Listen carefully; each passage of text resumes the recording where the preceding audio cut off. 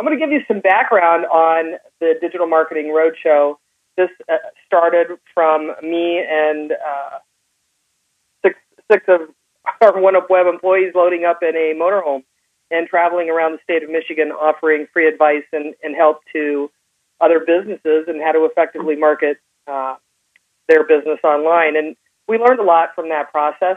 So we decided to take it digital so we could have a broader audience and try to help more people. So we have a little bit of a spoiler alert.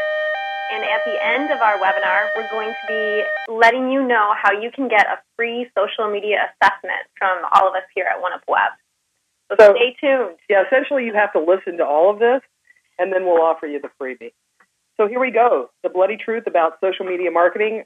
Hopefully it provides some value to you today, and I would encourage you to follow up with either myself or Maureen afterwards if we don't get to your question or you want to talk more in depth about social media marketing.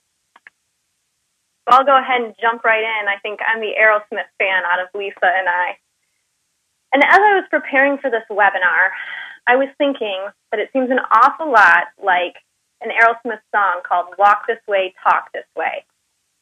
Seems like I'm signed up for, feels like hundreds of e-newsletters and getting constant email blasts. I'm checking out blogs like All Facebook and Mashable. And everything seems to be about social media these days and how fantastic it is. And there seems to be all of these wild claims and self-proclaimed experts who are out there saying, you need to be in social media. But if you're like me, you want to know why. Why do I need to be in social media? What's it going to do for me? What's the truth about it? And that's why we wanted to have this webinar. So we do have to face one truth right away, and that's that social media is changing the way we live and do business. With 500 million Facebook fans, 75 million LinkedIn users, more than 100 million people on Twitter, there's no denying it. 20 years ago, I can't imagine that Lisa went home and jumped on Facebook to talk to her friends. 20 years ago, I didn't have a computer. So you're right. It was... No one ever even imagined it, but now that's just the norm today. I don't think Zuckerberg was born 20 years ago, was he? He's like 23. So there's one basic truth, and that's that social media is a cornerstone for branding, sales growth, and PR. There are opportunities out there. It's a good way to reach your audience and start engaging with them. Obviously, I'll just jump in here real quick. There's a lot of confusion about social media. A lot of people are really skeptical or cynical about its effectiveness. I remember in the early days of SEO, that was very much the case. Search engine optimization was seen as a voodoo tactic and kind of black hat-ish. Social media is still evolving, and we've got a long ways to go. So I want to encourage people that are a little cynical or skeptical about it right now. It may not be the direct response vehicle that you're accustomed to or used to, but there is value there, and we're going to be getting to that. So today we're specifically going to look at 4 different platforms. The first is Facebook, then we're going to move right along to Twitter, YouTube, and finally blogging. So the first fiction is that people don't want to mingle with brands on Facebook. I can't tell you how untrue this actually is. I think that this comes a little bit out of the way that Facebook was first formed, back when Mark Zuckerberg was in his Harvard dorm room after a bad date and came up with this idea. It was originally for college students. That's been opened up. But I think that people still feel now that maybe if you're on Facebook, you're on there for social reasons and you don't want to be bothered by brands. That's not true. People want to interact and to engage with brands, and Facebook is a great way to do it. So to understand that, we need to understand why people want to become fans of brands on Facebook. The first stat that you see up there is 41% of people become fans of brands on Facebook simply to tell their friends about the products that they're interested in. Just think about that for a minute. 41% of people are fanning brands so that they can let their friends know which brands they like and support. That's huge. 37% are on there to receive coupons and discounts, a great way to drive leads and sales. 35% to stay current on new products, 31% to learn more about the company. And this last stat is something that I forget about quite often. I think that Facebook is a great way to interact with your customers and engage with them. But I often forget that it's also a great way for brands to provide a platform for all of their customers to interact with each other. And 28% of people are telling us that that's why they become fans of brands on Facebook. One of the things I want to interject here, there are a number of these graphs that we use throughout the presentation today. These come from a pretty robust white paper that we put out not too long ago with the same title, and that is available from our website at Oneupweb.com. And if you go to the white paper section, you'll be able to download that PDF report for free.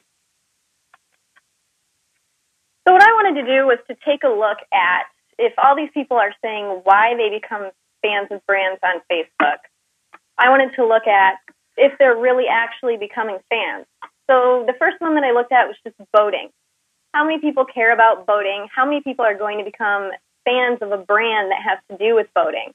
You can see up here, 38,000 people went out and chose to like this brand. And this is actually an organization, Discover Boating, who, full disclaimer, is a client of ours. But I think it serves to show that certainly people are interested in not only a particular brand, but it could be a nonprofit or some other organization. The other brand that you see here in the middle is Sephora. I chose to take a look at them because I was thinking a lot of people feel like social media, and especially Facebook, is just for the tweens of the world. I don't think that that's true of boating. I think it could be true of Sephora. So I wanted to see what kind of numbers I could get from there. I found that they had 827,000 fans. So then I threw in a wrench, literally, and decided to look at Harley Davidson, not a tween brand. And I was just blown out of the water. They have more than 1 million people who are fans of their page that is reading their content and interacting with them, sometimes on a daily basis. The proof is out there. People are telling you on Facebook what it is that they're interested in. So you can almost gauge what kind of a response that you can get. This is a screenshot taken from the info tab on my Facebook profile. You can see the activities that I've listed that I'm interested in are dogs and boating. Wow, Maureen. Very exciting. Quite the combo. From the stats, you can see that 620,000 other people have listed boating as an activity or an interest, something that they're interested in, something that they probably wouldn't mind finding out more about. So just if you think maybe your fan base isn't out there, do some research. I guarantee you that they are. But are they the right fans? Again, going back to that misconception that maybe Facebook is just for the tweens of the world. Well, 45% of Facebook users are over the age of 26. In fact, the 50 and older age group is one of the fastest growing on Facebook right now. 30% of Facebook users make between $60,000 and $100,000 a year. So how do you get those fans? Well, one way is simply by using your other fans. Facebook is great for word of mouth. Here is a screenshot of my news feed. Leah Singer is one of my friends on Facebook, and you can see that she's gone out and liked a brand called Machinery Row Bicycles. Now, Leah and I are pretty good friends. We have a lot in common. We share a lot of the same interests. So when I see that she's actually liking a brand, odds are I'm probably going to be interested in it as well. So I'm going to click on that link. Maybe I'm even going to like that page. So just remember, it's great word of mouth. Another way is through Facebook PPC. Remember, my likes and interests were boats and dogs. Well, Invisible Fence of the Midwest has taken advantage of this. They knew that I was interested in dogs, probably in their target audience, and so they've decided to serve an ad to me that I would probably find useful and entertaining. This ad is showing me information about a sweepstakes that they were holding, so I'm probably interested. I'd love to win a free trip, take a little vacation time. We don't allow that. A couple other really interesting things are going on in this ad, though. First of all, you'll see Kelly DeJohn likes this. This is one of my friends on Facebook. Where do you see that?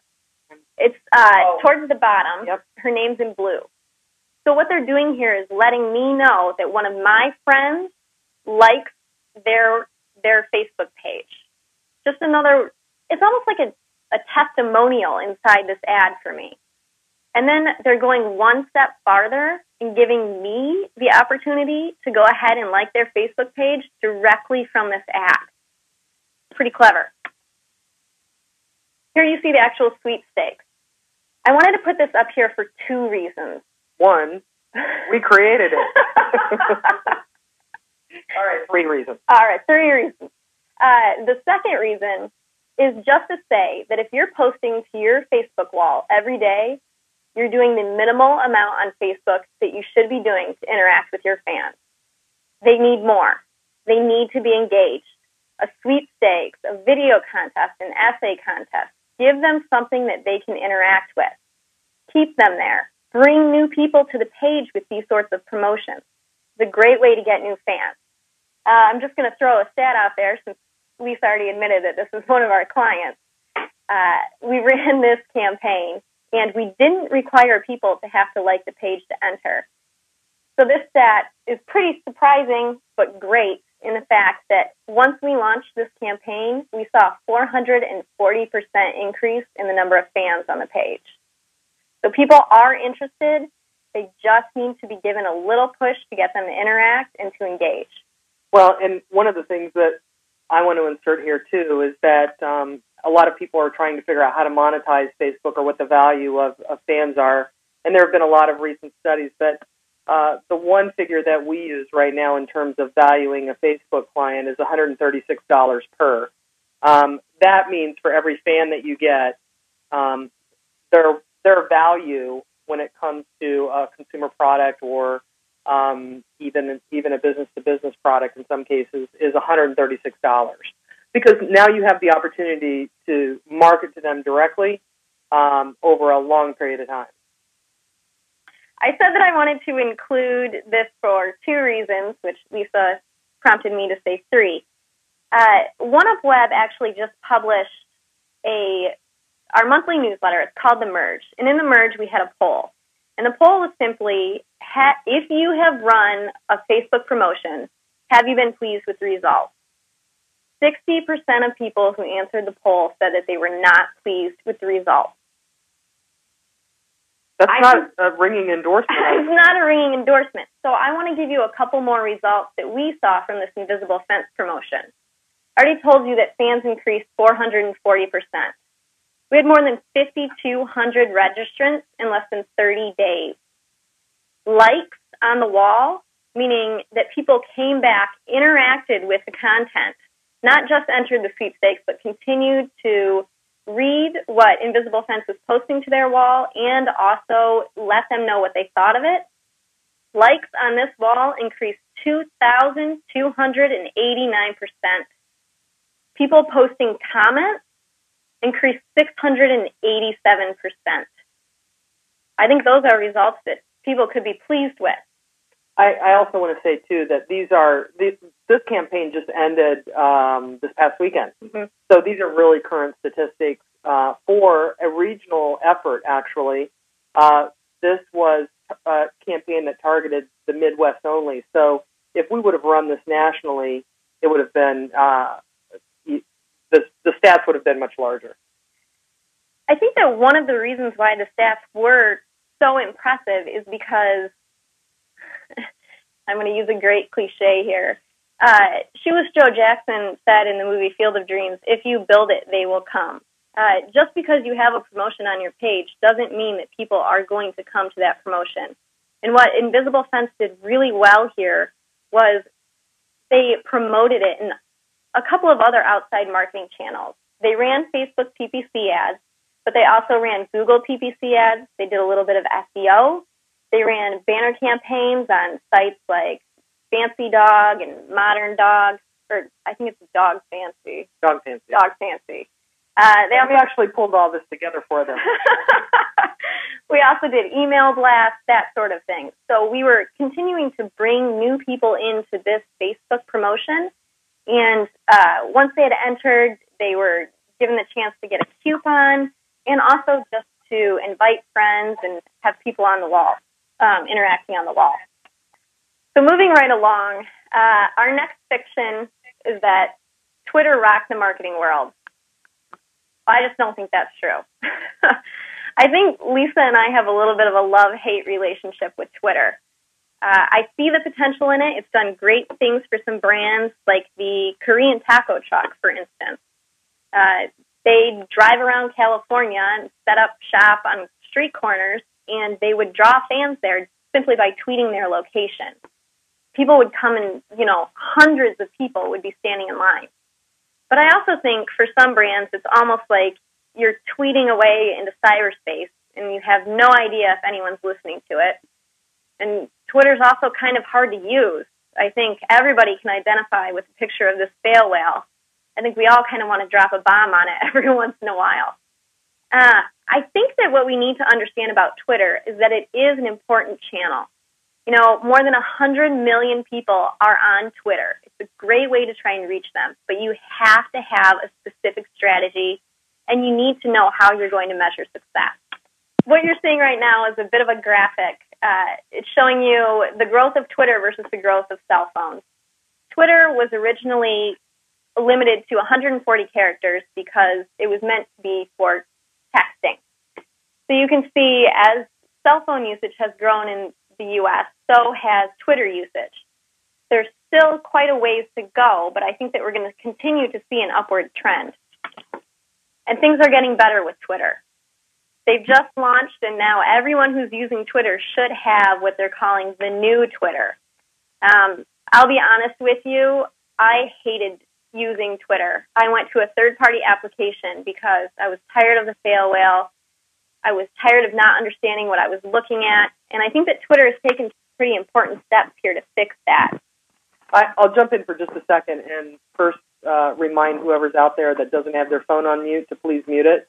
But in addition to that, some of those third-party applications are really useful, particularly for businesses that want to schedule tweets or have more than one account.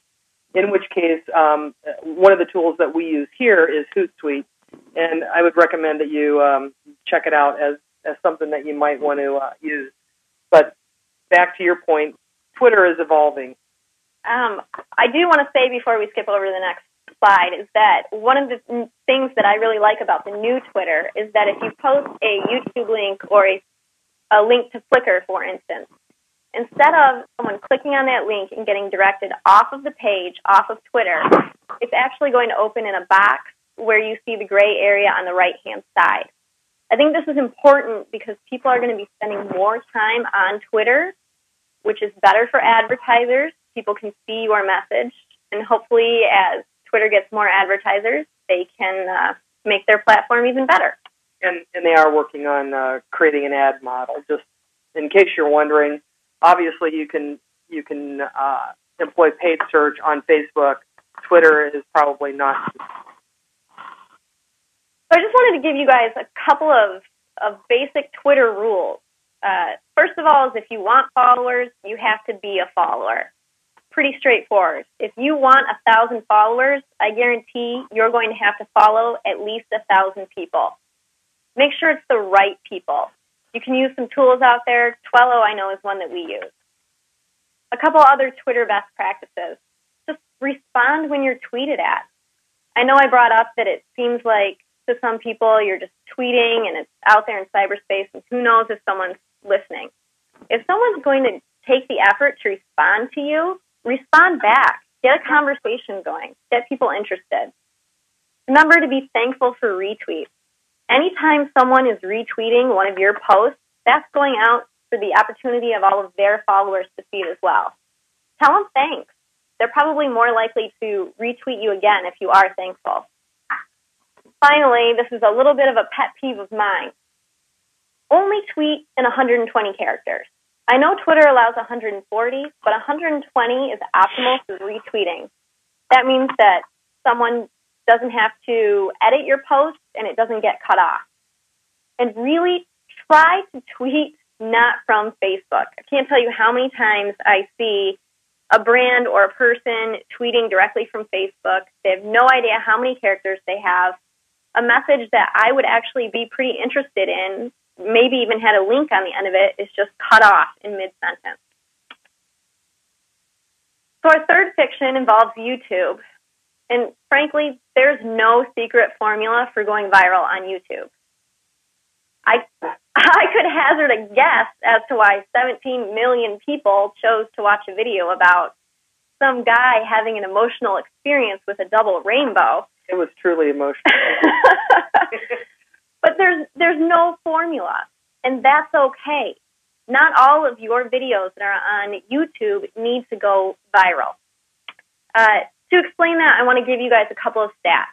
First of all, 5% of all time online is spent on YouTube. Videos are something that people want. It's content that they're going to engage with. Even more importantly, though, 52% of viewers have taken action after watching a video online. 35% of YouTube viewers have purchased something they saw advertised on YouTube. I'll give you an example. Say, for instance, I was a first-time home buyer, and the house that I chose to buy had an underground sprinkling system, which broke, and it was a mess. My husband and I are trying to be DIYers, so we get on YouTube and search around for informative videos on how to fix an underground sprinkling system. We find one for a company called Sprinkler Warehouse. It's a short tutorial, about 3 minutes. It shows us what we need to do to fix the sprinklers and also what parts and pieces we need to buy.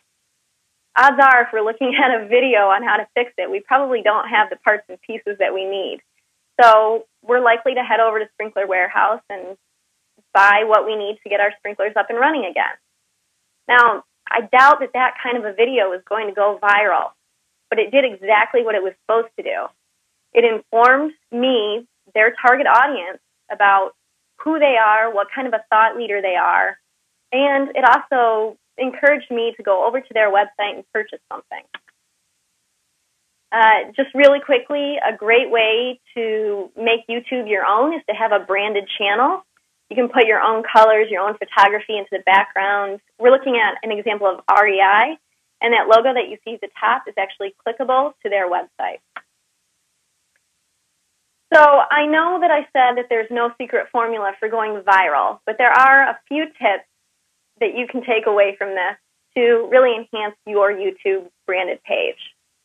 The first one is kind of moving away from YouTube a little bit, and that's embed videos on your website. Maybe I wouldn't have gone to YouTube to find that sprinkler video. Maybe I just would have Googled sprinkler videos, been taken to Sprinkler Warehouse, and watched it from there. Maybe I wouldn't have even known I wanted to watch a video. But if I'd gone to Sprinkler Warehouse and saw that video on their website, you can bet I would have clicked on it.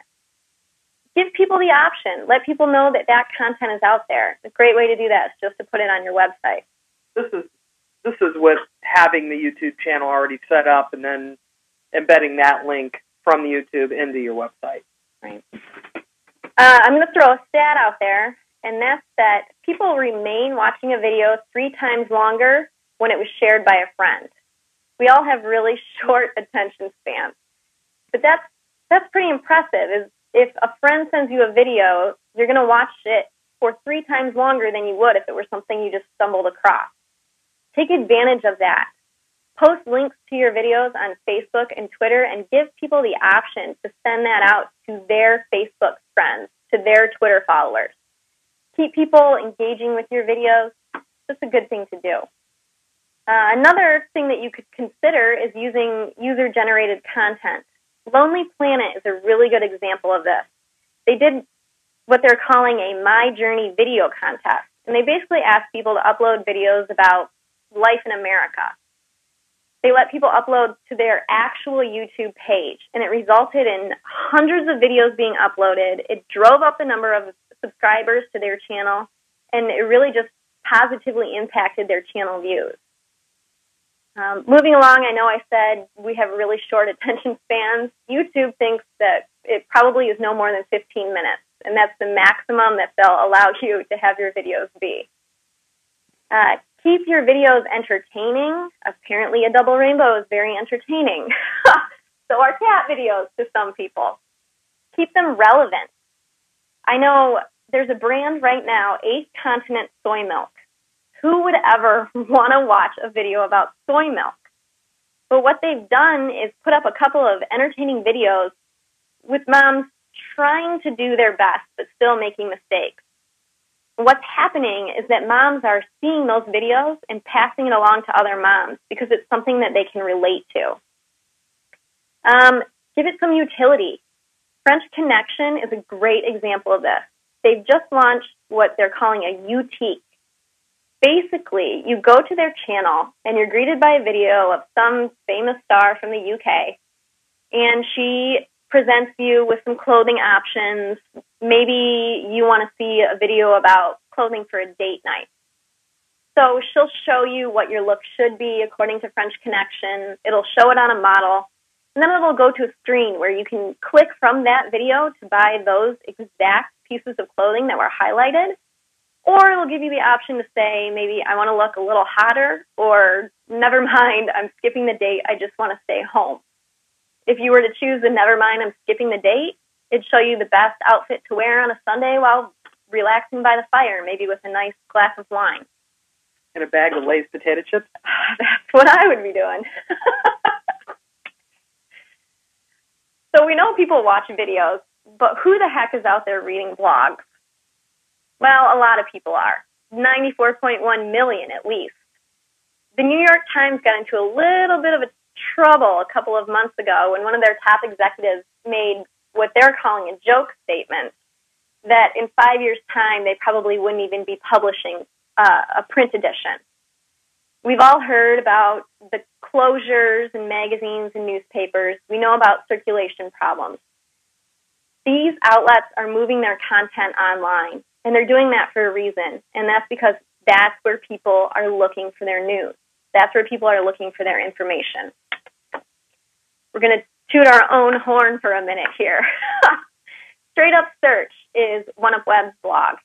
We encourage all of our employees to write for it. It usually isn't even about Oneupweb. It's usually about industry news, maybe some tips and tricks.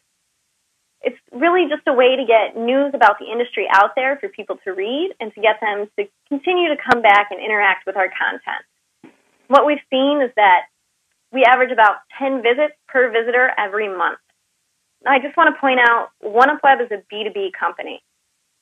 I know a lot of people say maybe social media doesn't work for B2B, but this blog is a great example that it does. So here's a few quick tips on blogging. First of all, keep it short. We don't have a lot of time, big blocks of copy. They can be intimidating. Optimize your blog. Use those keywords. Get it out there in those search engines. Let people find you. Share your content through RSS and social bookmarking. Think Reddit and Delicious and Dig if they ever recover. Allow people to comment. That's a no-brainer. And finally, let people post it on social networks. Give them a little Twitter button. Give them a little one-click Facebook button so that they can share a link to your blog to all their friends. Remember, people are more likely to trust a link that's coming from a friend than from anyone else. So that kind of takes us into a little bit of a hidden fiction that we had, which is that social media isn't for B2B marketers. I think we like to say that it's completely false. I know I can say that with confidence because we're using social media for Oneupweb. An example on our Facebook page. Let me back up here. I think that what's important for B2B marketers to understand is for social media to work for you, you need to understand who your audience is, where your audience is, and how they want to interact with you. What kind of content are they looking for? It's probably not going to be the same thing that B2C companies are going to be tweeting about or Facebooking about. That's really important to do your research and to get a good strategy. And I'll also add to this, too. I think we hear this a lot from B2B companies. They're wondering how they can use social media. Again, not convinced that it's the right outlet for them to be utilizing to promote a B2B business. But one of the things that I want to encourage you to do is not avoid it. because you're a B2B company. Rather than that, go ahead and get these channels established, because even though in some cases, if you are a B2B company, many companies don't allow Facebook activity throughout the day, or those sites are blocked. But those same people that you're trying to reach out to have lives outside of work, and they're interacting with Facebook on their own time. And you're still going to be able to reach them, particularly if they've got a job title or they've listed some interest that is related to your company or the services that you provide. So if you're like me and most other people that are involved in staying in tune with their business and really don't have the ability to shut it off once you walk out the doors, if you're on Facebook, you have those interests, you're still going to be apt to interact with a brand or a service that is related to your industry, even if it's on your own time. Just another quick example of a B2B company who's successfully using Facebook is MailChimp. You can see they have 14,000 fans, and you can see that these fans are continuing to interact with their page. 6 people like the first comment, 13 people like, the second comment. They're giving the people the kind of content that they're looking for, and it's paying off. So I wanted to throw up some different metrics that are used to measure social media success. I know it's a question that everyone has. How do you measure social media success? You can do that in website traffic, brand awareness, engagement with prospects, moving down the list, revenue. And there's some really great tools out there that can help you do that. Omniture, Radian6, Google Analytics, Facebook Insights. It takes a couple days to update, but it's some really good stuff in there. Third-party URL shorteners will give you some good analytics. Oneupweb uses our own internal analytics, ROI tracks. Now, I'm hesitant to just give you this list and move on, because I think what's really important is first, when you first set up your social media strategy, establishing how it is that you're going to measure success. Because if you don't know that, I don't think any of these tools are going to help you. And I'm kind of worried that that's where a lot of brands are falling today, is that you're out there, you're tweeting, you're Facebooking, and you're worried that you're not seeing the success because you need to have clearly defined measurements for success. What does it look like to you? Is it fans? Is it coupon downloads? Decide that, then measure it, and then improve on it. I'll also say, too, that we all struggle kind of with tracking analytics. Just like social media in general, analytics are evolving as that continues to evolve. And Facebook's last round of changes a few months ago really posed a lot of challenges for us and our tool, as well as other well-known analytics. So what I would say to you at this point in time, to truly get a good full picture of how effective social media is for you, it may take a combination of things. And, it may take all of these things. Radian6 is a good tool for really kind of gauging what the sentiment out there is about your brand. Omniture tracks everything under the sun, from social media to paid search, SEO, and other forms of campaigns that you might run online. And Facebook obviously is geared towards just Facebook. So it may take all of these things, but as the industry continues to evolve, and these tools, I believe, will as well. So that's the truth. That's the truth about Facebook. People do want to be friends or, like your brand and interact with your brand on Facebook. Twitter, it didn't rock the marketing world, but there's a lot of opportunity there. YouTube, your video doesn't have to go viral to be a success, and people are reading blogs. So the truth is that social media is a cornerstone for branding, sales growth, and PR. Now, I know that nobody really wants Steven Tyler standing next to you screaming into a microphone. I don't need to see a close-up either. Don't let the masses out there do that to you. Don't let them tell you to walk this way, talk this way.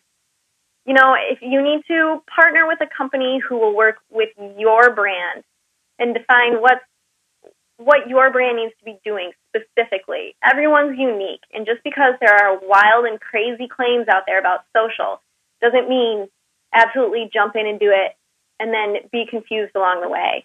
Get the help that you need. Now, wait a minute. Before we go to Q&A, and I know that we have literally a couple of questions right now, but I want to jump in with just one more thing. I always view social media as having separate components to it. First is defining the strategy and whether or not you feel it's right for your business to even be there. Once you've made the decision to be there, there's the fundamental work that needs to take place, and that is setting up those channels, getting a proper background or the creative look and design applied to it, and then building up a fan base. So if it's Twitter, you've got followers. If it's Facebook, you've got likes or likers. That work needs to happen in order for anything else beyond that to be successful. And there are a number of ways that you can drive people to become a fan or a follower, but that fundamental work has to be done. Once that's done, and you feel like you have a pretty good following, then you have the opportunity to engage with them on a regular basis. And a lot of people are doing this in-house. They're hiring social media people to interact and engage with that audience daily, posting new content, responding to customer service questions, complaints it could be too. And in fact, on a side note, that's one of the reasons why a lot of people stay away from social media is they're afraid of what is going to be said. But be proactive and respond. And then there's the kind of the final component to this in the way that I see it, and that is promotion.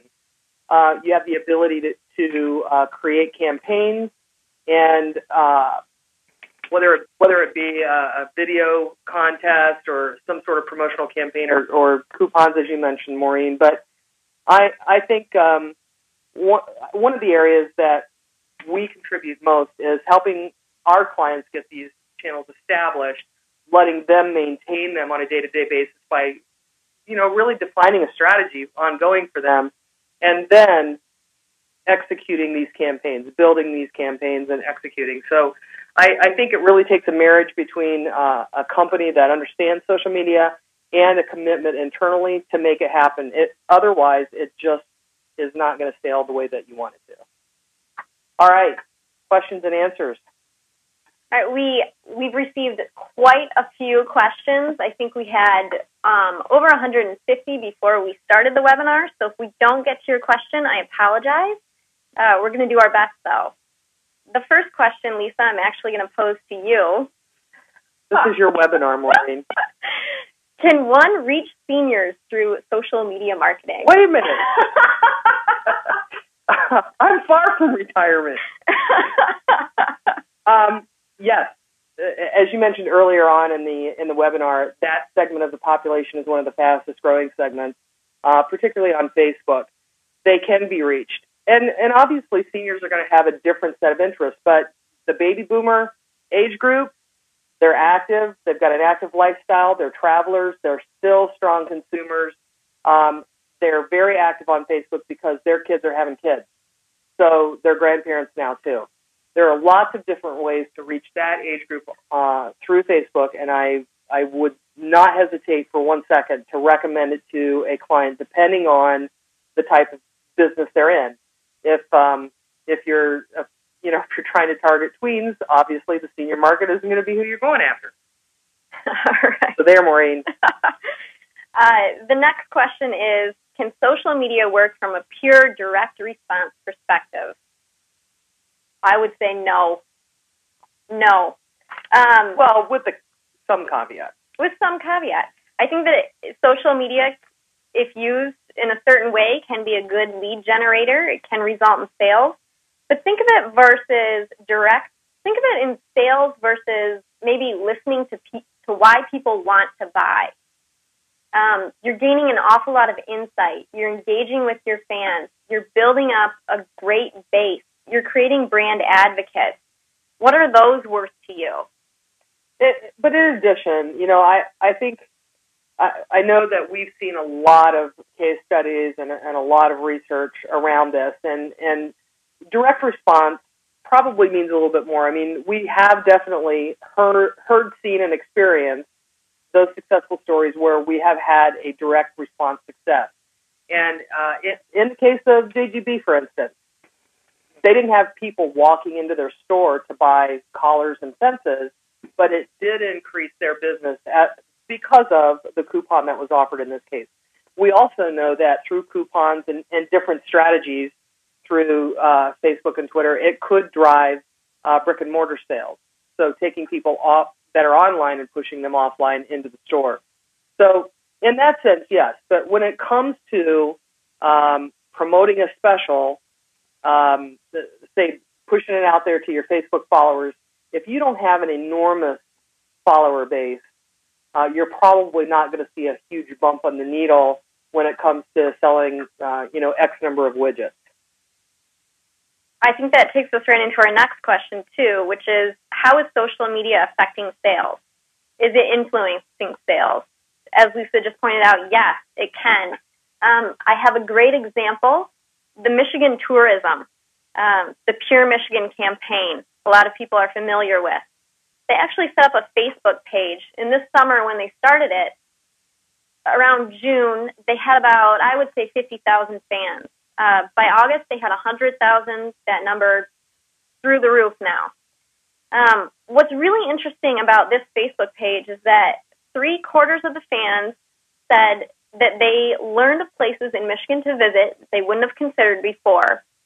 And a third actually planned a trip after reading posts that came off of that Facebook page, which generated income for the Michigan economy, which definitely needed it.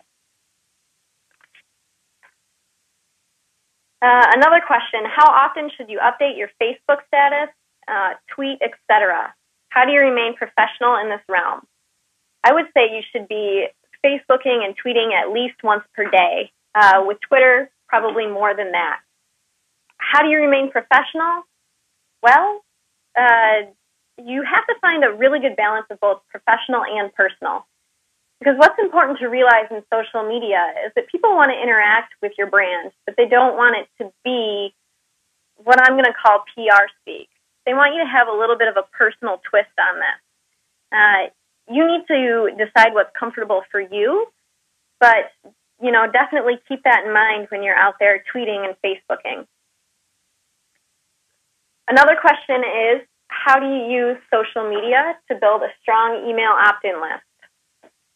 I think that this is actually pretty straightforward. Post links on Twitter and Facebook to your e-newsletters. Encourage people to sign up for them. Maybe create a Facebook custom tab where people can just type in their name and their email right from there. Social promotions are also another great way to build up your email opt-in list. When people enter, you can request their email. You can let them know that by giving you their email, you're going to add them to your list. You could end up with, 5,000 plus new subscribers. Alternatively, we talked about building that fan and follower base. Using your newsletter list is a good way to get that kick-started. All right, get some more questions. This one's pretty interesting. Can social media be used to reach those who don't directly participate in social media? Yes, I think that it can be. They have to, though, somehow see what you're doing in the social space. Twitter and Facebook profiles, hopefully you have them set to public for your brand. So if someone maybe isn't on Twitter, they don't have their own Twitter account, but they happen to come across a tweet or post or something, they can see that from your brand. YouTube is public. They can see those videos. Well, and if they do a search, any one of these, Twitter, Facebook, YouTube, are all going to show up in search results. It's different, though. They're not necessarily interacting with them, but finding this content as they are searching for it could cause them to become a fan or a follower then, and start to interact with the brand? It looks like we have another question that I'm actually going to pose to Lisa, which is, do B2B pros mix their professional lives into their personal social media? I think I answered that, didn't I? And thankfully, it wasn't a senior question again. I believe they do.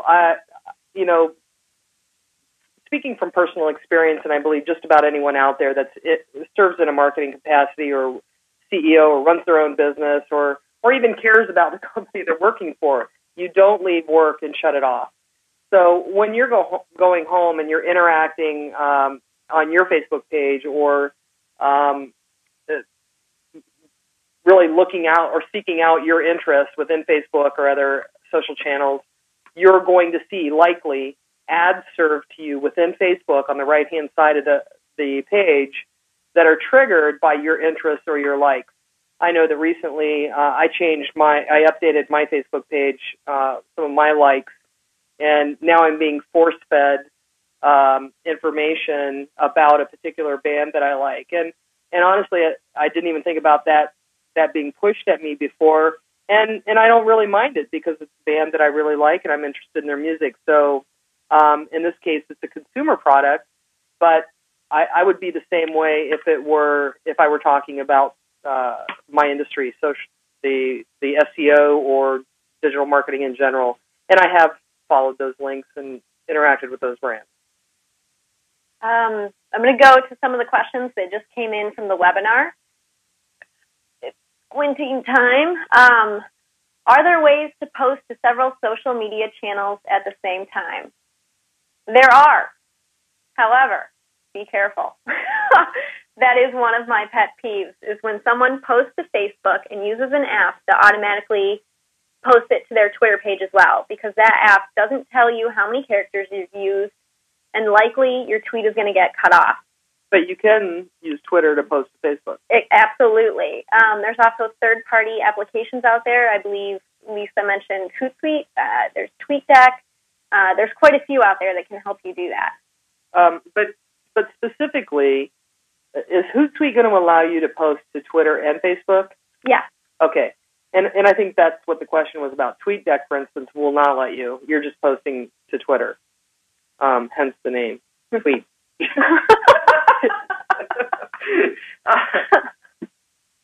Okay. The next one, can you give us any tips or resources on customizing Facebook and YouTube? Sure, we'd love to do it. There are a lot of options actually that have opened up with Facebook now. I don't know if you all have seen that you can actually set up stores and purchase product directly from a Facebook tab. You saw our custom welcome page. Number of options to customizing that presence. You still only have that small bar on the left-hand side to put the primary information, whether it's your contact information or your logo, but you do have that opportunity on the tab. The next question is, could you talk about the best types of campaigns to do via Twitter? One really successful campaign that I can tell you that I saw was, I think it was from MGM. It was definitely someone who had a presence in Vegas. I'm certain it was MGM now that I think about it. What they did was ran a campaign called Tell Us Your Sins. And people were encouraged to tweet their sins, anything from, I forgot to let the dog out, to whatever you can imagine. And when they tweeted that, they had to use a certain hashtag, which I believe was hashtag MGM Sins or something like that. Now, what happened is so many people saw this hashtag and wanted to figure out why this person was tweeting their sins that they looked it up. Then they decided that they wanted to participate too. I think the prize was a weekend in Vegas, all expenses paid, which I know I would love. Again, vacation. And what happened is it became so popular that it became a trending topic on Twitter. So setting up campaigns using certain hashtags is a great idea. You can also do some sort of direct message campaigns. Those can be a little tricky because you have to be following the person that you're direct messaging. and they have to be following you. But if you have a pretty good list, you can reach people that way as well. I know I pay quite a bit of attention to the direct messages that come into me, so I know that'd be a good way to reach me.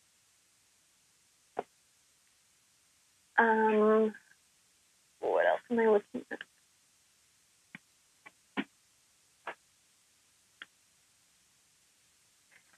Okay, the green ones, right? It seems like companies committing to social media marketing sooner or later have to deal with intensive monitoring and publishing. In-house. Oh, in-house. Yeah. Mm-hmm. Is that true in most cases? I think that it's how you want to handle it. If there's someone in-house that can help you publish those things, that's great. If there's not, find someone who you trust to help you do it. In a number of our clients' cases, they don't have the resources to really be the voice of their company in social media. And so in our case, what we've done is we've committed individuals to learn about that company and be a part of that business. They are Oneupweb employees, but they are interacting with that audience on behalf of our client on a regular basis throughout the day. The occasional question comes up that may not be able to be answered if it's a customer service-related question, in which case then we're communicating with the client. But essentially, just about anyone can become the voice of your brand. I would suggest that you be a little bit cautious with that and make sure that there's still an underlying point to the communication, and particularly some sort of marketing message or some kind of a message that's going to drive that customer to become either more loyal or purchase the product.